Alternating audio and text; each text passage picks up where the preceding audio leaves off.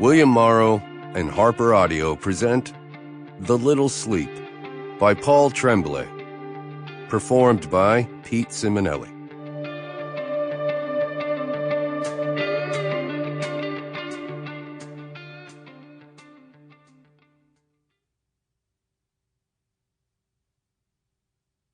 One.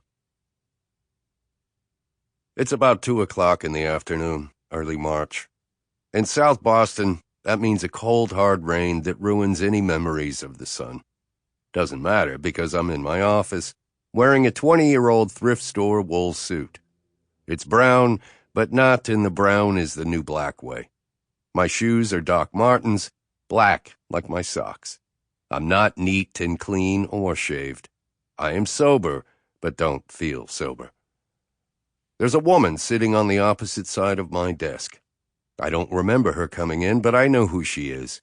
Jennifer Times, a flavor of the second local celebrity, singing contestant on American Star, daughter of the Suffolk County DA, and she might be older than my suit.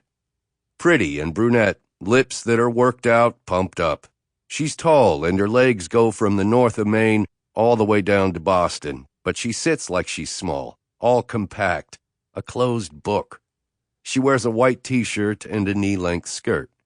She looks too spring for March, not that I care. I wear a fedora, trying too hard to be anachronistic or iconoclastic, not sure which. It's dark in my office.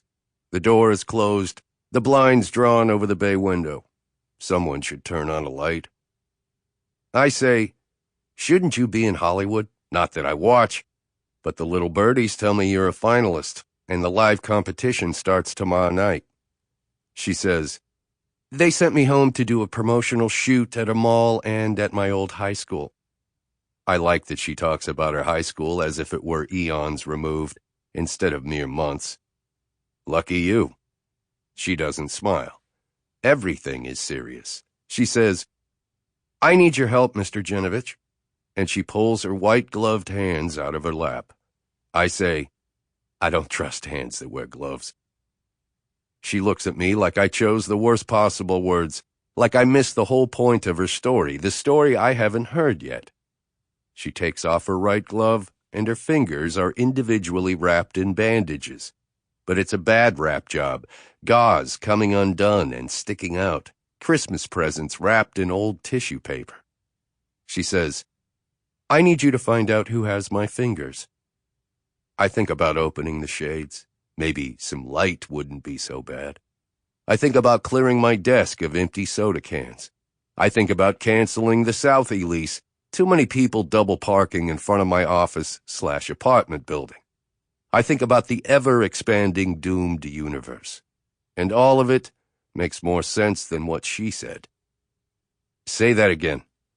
Her blue eyes stay fixed on me, like she's the one trying to figure out who is telling the truth. She says, I woke up like this yesterday. Someone stole my fingers and replaced them with these. She holds her hand out to me as if I can take it away from her and inspect it. May I? I gently take her hand, and I lift up the bandage on her index finger and find a ring of angry red stitches. She takes her hand back from me quick. Like if I hold on to it too long, I might decide to keep those replacement digits of hers. Look, Ms. Times, circumstantial evidence to the contrary and all that, but I don't think what you described is exactly possible. I point at her hand. I'm telling her that her hand is impossible.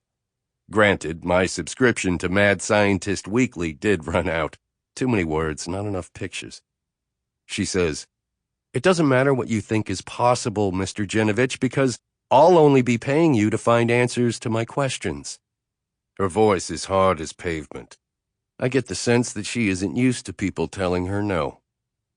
I gather the loose papers on my desk, stack them, and then push them over the edge and into the trash can. I want a cigarette, but I don't know where I put my pack. How and why did you find me? I talk slow. Every letter and syllable has to be. Sample complete. Ready to continue?